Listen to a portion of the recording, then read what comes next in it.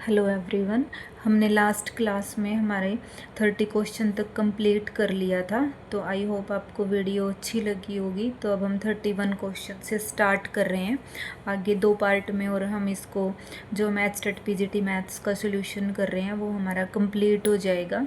तो हमारा 31 क्वेश्चन है। एक सेट दिया हुआ है A, X belongings to R such that कि भी एक्स ग्रेटर देन 4 है, और बी क्या दिया हुआ है हमें कि भी वो एक्स है सच दैट कि एक्स लेस देन 5 दिया हुआ है। Then A intersection B. Intersection क्या होता है कि ए और बी में क्या कॉमन है, ए और बी में क्या कॉमन है। तो हम रियल लाइन पे देखते हैं, यहाँ पे कहीं हमारा 4 है और यहाँ पे हमारा 5 है। वो क्या बोल रहे हैं, ए सेट में क्या है, जो 4 से बड़ी वैल्यूज़ हैं वो है, वो एक्स हैं जो 4 से बड़े हैं। तो ये वाली वैल्यूज़ आएंगी सारी की सारी 4 से बड़े, 4 इंक्लूड नहीं है, 4 से बड़ी सारी वैल्यूज़ आएंगी। और बी क्या सेट दिया हुआ है कि वो एक्स लेने हैं सच दैट के एक्स 5 से छोटा है, तो यहाँ से 5 से छोटा है। तो क्लियरली हमें दिख रहा है कि दोनों में इंटरसेक्शन क्या आएगी, इंटरसेक्शन आएगी ये वाला पार्ट 4 और 5 के बीच में।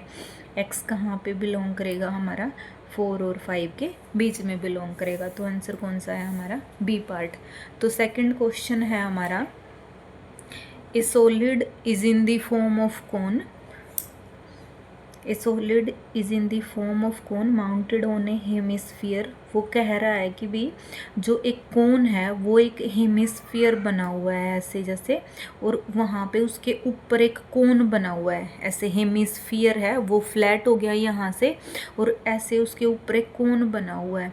तो radius and height of the cone are 3 metre and 4 metre. तो आर कितना दिया हुआ है हमें 3, और एच कितना दिया हुआ है हमें 4। तो find the volume of the given solid. तो हमें वॉल्यूम इस पूरे का निकालना है, तो हमें वॉल्यूम निकालना है इसका, जो हमें कोन दिया हुआ है उसका भी, और जो हेमिस्फीयर दिया हुआ है उसका भी निकालना है।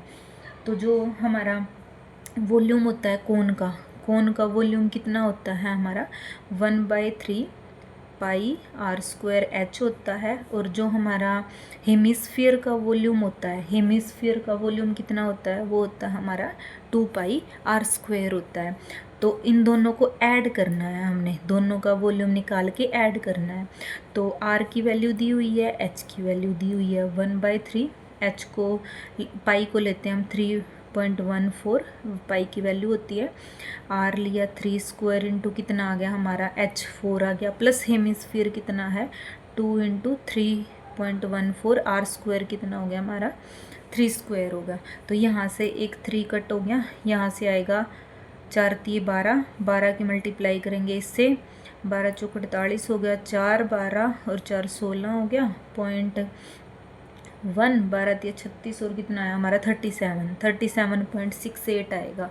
और यहाँ से आया हमारा 3 3 ज़ा 9, 9 इंटू 2 18 हो गया, तो 3.14 इंटू आ गया हमारा 18। तो 18 से मल्टीप्लाई करेंगे तो कितना आएगा, 18 से मल्टीप्लाई करेंगे तो आएगा हमारा 18 चौक 72, 7 और 18 और 7 कितना हो गया हमारा 25, 5 2 18 3 54 55 56, 56.52 आया हमारा। कितना आया 56.52। इन दोनों को ऐड करेंगे 56.52 को, तो ये कितना आएगा 0 2 13 14 5 3 8 1 9 94.20 आया। कितना आया हमारा 94.2 आएगा। नेक्स्ट क्वेश्चन है हमारा, if alpha beta are the roots of equation X square plus X plus 1 equals to 0 then alpha square plus beta square पूछा हुआ है। तो हमें पता है कि सम ऑफ रूट्स क्या होता है, क्वाड्रेटिक इक्वेशन का सम ऑफ रूट्स होता है जो एक्स का कोफिशिएंट है अल्फ़ा प्लस बीटा क्या आएगा हमारा, जो एक्स का कोफिशिएंट है उसका नेगेटिव लेते हैं, माइनस कितना है 1 है, तो उसका क्या लेते हैं हम, माइनस लेते हैं। माइनस अपॉन हम यहाँ पे एक्स स्क्वायर का कोफिशिएंट लेते हैं, तो एक्स स्क्वायर का कोफिशिएंट 1 है। और प्रोडक्ट ऑफ रूट क्या आता है हमारा, माइनस प्लस प्लस जो हमारा एक कांस्टेंट टर्म होती है ये आती है, इसके अपॉन में हमारा एक्स स्क्वायर का कोफिशिएंट आता है। तो यहाँ पे एक्स स्क्वायर का कोफिशिएंट हमारा 1 है। तो हमें वैल्यू किसकी फाइंड आउट करनी है, वैल्यू फाइंड आउट करनी है हमें alpha square plus beta square की। तो यहाँ से स्क्वायरिंग करेंगे हम, alpha square plus beta square plus 2 alpha beta, दोनों बोथ साइड हमने स्क्वायरिंग की है, तो ये कितना आएगा 1। हमें alpha square plus beta square की वैल्यू फाइंड आउट करनी है, प्लस अल्फ़ा बीटा की वैल्यू कितनी है हमारी, यहाँ से 1 है, तो ये कितना आया 2 = 1। इधर 2 जाके क्या हो जाएगा हमारा -1। तो आंसर कितना आया हमारा -1 आया। नेक्स्ट क्वेश्चन है हमारा 34। क्या दिया हुआ है कि f कोई फंक्शन है R डिफाइंड पाए कि f of x equals to, हमें ग्रेटेस्ट इंटीजर फंक्शन दिया हुआ है और पूछा गया है कि भी f 1 है ऑन 2 है, 1 ऑन 2 है, या फिर नाइदर 1 है नोर ऑन 2 है। तो हमें 1 कब बोलते हैं, हमें एक फंक्शन को, फंक्शन हमारा 1 कब होता है, जब हमें जो हमारा फंक्शन R दिया हुआ है इसके हर एक एलिमेंट के लिए हमें यहाँ पर दूसरे सेट में क्या मिले, हमें एक यूनिक इमेज मिले। इस पे हर एक एलिमेंट के लिए हमें एक यूनिक इमेज मिले। अगर यहाँ पे एक एलिमेंट के लिए हमें, अगर 2 एलिमेंट लेते हैं हम, 2 नंबर उठाए हमने, अगर दोनों के लिए हमारे पास सेम इमेज आ रही है तो हमारा फंक्शन क्या होगा, 1 नहीं होगा। यही डेफिनेशन होती है हमारी 1 की, यूनिक एलिमेंट के लिए यूनिक इमेज मिलेगी। और ऑन 2 के लिए क्या देखते हैं हम, ये क्या होता है हमारा, ये फंक्शन, ये आर क्या है हमारा, आर क्या है हमारा, कोडोमेन है। क्या है, कोडोमेन है। अगर हमारे फंक्शन की रेंज इक्वल्स टू कोडोमेन आती है तो फंक्शन क्या होता है हमारा, ऑन 2 होता है। फंक्शन क्या होता है हमारा, ऑन 2 होता है। तो यहाँ पे देखते हैं कि ग्रेटेस्ट इंटीजर फंक्शन में, मान लो मैंने कोई भी वैल्यू पुट की, ग्रेटेस्ट इंटीजर फंक्शन कैसे वैल्यू लेता है, मान लो मैं 0 और 1 के बीच में लूँ, 0 और 1 के बीच में ये छोटा पूरा नंबर लेता है, मतलब एक इंटीजर वैल्यू देगा। 0 और 1 के बीच में मैं कितनी भी वैल्यू पुट करूं, कितनी भी वैल्यू पुट करूं, ये हमेशा हमें 0 देगा। मान लो कि मैं फंक्शन पे मैंने 0 की वैल्यू निकाली, वो भी 0 दे रहा है। मैंने 0.5 की वैल्यू निकाली, उसकी वैल्यू भी 0 देगा। मान लो मैंने 1.5 की निकाली, 1 से आगे, उसकी वैल्यू 1 देगा। और अगर मैं 1.6 की निकालूंगी उस पर भी वैल्यू 1 देगा। तो ये अलग अलग पॉइंट के लिए सेम इमेज दे रहा है, हमें सेम इमेज दे रहा है, तो फंक्शन क्या है हमारा, 1 नहीं है। और आगे देखना, ये कभी भी मान लो 0 और 1 के बीच में है, ये हमेशा इंटीजर वैल्यू लेता है। तो आर में तो हमारे क्या आते हैं, आर में तो रैशनल, इरेशनल सारे पॉइंट आते हैं, तो ये कभी वो वैल्यू लेगा ही नहीं, इरेशनल नंबर कभी भी नहीं आएगा, तो हमेशा ही इंटीजर वैल्यू लेगा। तो ये फंक्शन क्या है हमारा, ऑन 2 भी नहीं है, आर के इक्वल नहीं आई हमारी रेंज, तो ये फंक्शन क्या होएगा हमारा, नाइदर 1 नोर ऑन 2 होएगा। तो नेक्स्ट क्वेश्चन हमारा 35 पूछा गया है कि a - b का क्यूब प्लस b - c का क्यूब प्लस c - a का क्यूब इक्वल्स टू दिस। ये तो हम पहले छोटी क्लासेस में भी पढ़ते थे कि भी जब क्या एक आइडेंटिटी होती है हमारी कि भी a plus b plus a cube plus b cube plus c cube equals to क्या होता है हमारा, क्या होता है हमारा a plus b plus c, और इसकी मल्टीप्लाई में होता है a² plus b² plus c² minus ab minus bc और माइनस ca प्लस होता है हमारा 3abc। और ये आइडेंटिटी कैसे होती है, अगर हमारा a plus b plus c 0 है तो हमारा a cube plus b cube c cube किसके इक्वल आया हमारा, 3abc के इक्वल आएगा। तो हमें जो पूछा गया है, देखो a क्या है हमारा, a माइनस b है, b क्या है हमारा, b माइनस c है, c क्या है हमारा, c माइनस a है। a से a कैंसिल हो गया, c से c और b से b, तो क्या आ रहा है हमारा, a plus B plus C क्या आ रहा है हमारा 0 आ रहा है, तो यहाँ पे a plus B plus C क्या आया हमारा 0 आया। तो a cube plus B cube plus C cube, तो इन तीनों का क्यूब क्या आएगा हमारा 3 इंटू ए बी सी। तो ए बी सी की वैल्यू क्या है हमारी a माइनस बी माइनस सी और c माइनस ए। तो आंसर क्या आएगा हमारा थर्ड आएगा। तो सेकंड आगे क्वेश्चन है हमारा the numerical value of a standard deviation can never be, क्या नहीं हो सकती स्टैंडर्ड डेविएशन की value, numerical value of a standard deviation can never be, क्या नहीं हो सकती। तो जब हम स्टैंडर्ड डेविएशन सोल्व करते हैं तो जब हम उसका फॉर्मूला होता है तो हम क्या करते हैं स्क्वायर का सम करते हैं।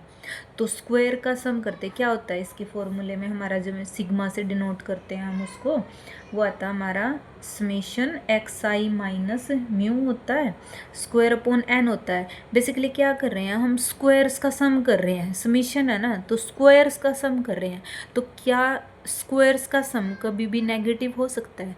हाँ, ज़ीरो तो हो सकता है, वो ज़ीरो हो सकता है, बट क्या कभी भी नेगेटिव स्क्वायर्स का सम नेगेटिव हो सकता है? वो नेगेटिव कभी भी नहीं हो सकता। तो कैन नेवर भी पूछा है, तो आंसर क्या आएगा हमारा नेगेटिव।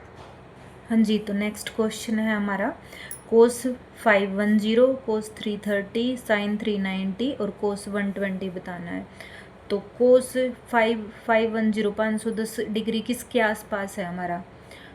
3 पाई के आसपास है। 3 पाई क्या होगा हमारा 180 डिग्री, 18 तिया 54, 540 डिग्री है।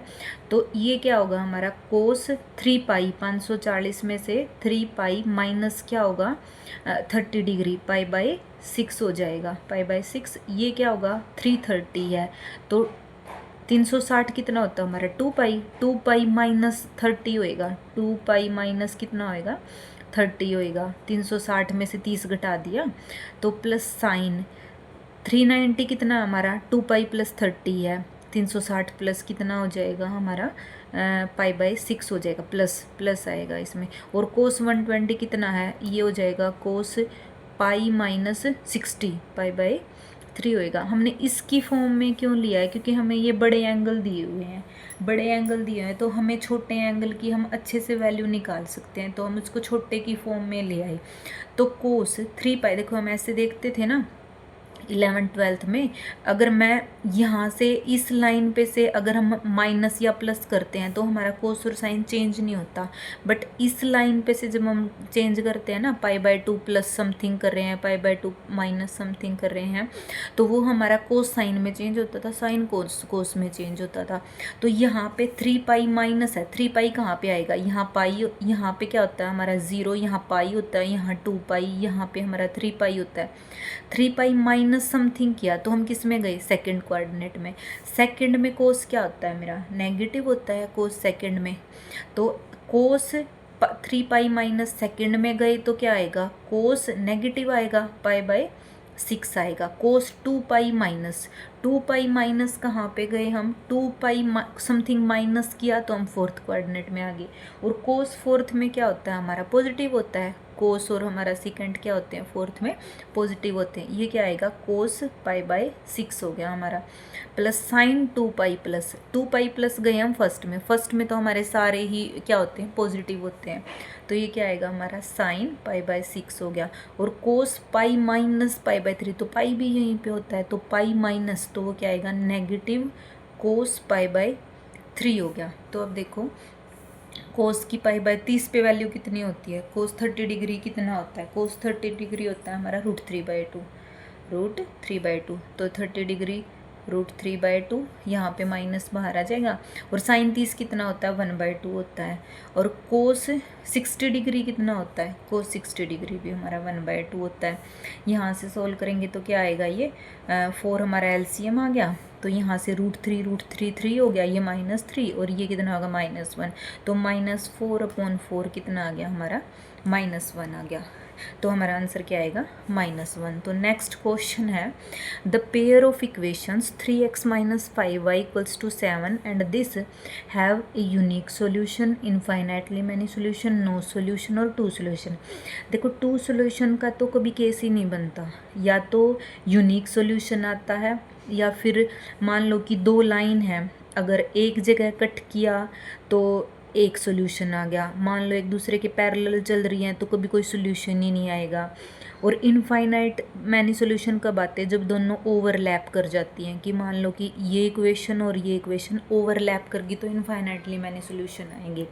टू सोल्यूशंस का तो कभी केस ही नहीं बनता था। तो हम निकालते कैसे थे, इसके कोफिशिएंट x और y का कोफिशिएंट और ये वाले कोफिशिएंट को उठाएंगे, मतलब जो हमारी कांस्टेंट टर्म होती है इनको ऐसे लिखते थे कि भी 3x minus 5y minus 7 equals to 0 हो गया हमारा। और ये आया हमारा -6x प्लस 10y और -7 इक्वल्स टू कितना आया 0। तो इनके कोफिशिएंट को लिखेंगे हम, 3 अपॉन लिखेंगे -6, यहाँ पे लिखेंगे -5 अपॉन 10 और यहाँ पे लिखेंगे -7 अपॉन -7। तो अब देखते हैं ये क्या आएगा। ये आया हमारा -1/2, ये भी हमारा -1/2 और ये आया हमारा 1। तो देखो अगर पहले दोनों स्टार्टिंग में ही अगर नॉट इक्वल आ गए ना दोनों, तो क्या होता था, हमारा यूनिक सॉल्यूशन होता था। अगर ये और ये अगर हमारे नॉट इक्वल आए तो कौन सा केस बनता था, यूनिक सॉल्यूशन का। अगर तीनों इक्वल आते, मान लो यहाँ पे भी -1/2 होता, यहाँ पे भी अगर -1/2 होता, तो हमारा क्या आता है, infinite number of solutions. But अगर ये दोनों इक्वल आ रहे हैं और थर्ड के नॉट इक्वल आ रहे हैं, अब नॉट इक्वल्स टू 1 हो गया ना, ये दोनों इक्वल आ रहे हैं और थर्ड के नॉट इक्वल आ रहे हैं, तो केस कौन सा बनता है हमारा, नो सॉल्यूशन का केस बनता है। तो नेक्स्ट क्वेश्चन है हमारा 40th क्वेश्चन। क्या बोल रहा है कि भी if the mean of 10 numbers is 96 and one of the number is 150, then what is the mean of the remaining 9 numbers. देखो मीन कैसे निकालते हैं, उसने 10 नंबर का मीन बोला है कि 96 है, कैसे निकालते हैं, उन 10 के 10 नंबर को हम ऐड करेंगे, सो ऑन x10 को डिवाइड बाय 10 करेंगे, वो क्या आ रहा है हमारा 96 आ रहा है। तो क्या आ गया हमारा कि x1 plus x2 plus so on x10 कितना आया हमारा 960 आ गया, 10 को उधर मल्टीप्लाई कर दिया हमने। तो जो वो क्या बोल रहे हैं, and one of the number is 150, बोल रहा है कि उसमें से एक नंबर 150 है, कि मान लो मैंने x10 को मान लिया कि x10 मेरा 150 है, तो x10 को मैं उधर माइनस कर दूंगी, क्या आएगा x1 plus x2 plus so on x9 तक बच गए हमारे। तो 960 माइनस कितना करूँगी मैं, 150 कर दूँगी। 960 माइनस 150 कितना आया, 0, 1 9 में से एक गया 8, 810 आ गया। कितना आया, x1 plus x2 plus so on मेरा x9 तक कितना आया, 810 आया। तो ये क्या है मेरा, ये 9 नंबर का जो मीन है, उन्होंने क्या पूछा है कि mean of the remaining 9 numbers. तो इसको क्या लिखेंगे हम, 9 इंटू 90 लिखेंगे, क्योंकि जो 9 नंबर का जब हम मीन निकालेंगे तो हमें क्या चाहिए, 9 नंबर को हम ऐड करेंगे और डिवाइड बाय 9 करेंगे। तो यहाँ से 9 निकाला हमने, x1 plus x2 so on x9, और इस 9 को यहाँ पे डिवाइड कर दिया, यहाँ पे डिवाइड कर दिया। तो 9 नंबर का मीन क्या आया हमारा, 90 आया। तो कितना आएगा हमारा, 90 आएगा। आई होप आपको वीडियो अच्छी लगी होगी। Thank you so much.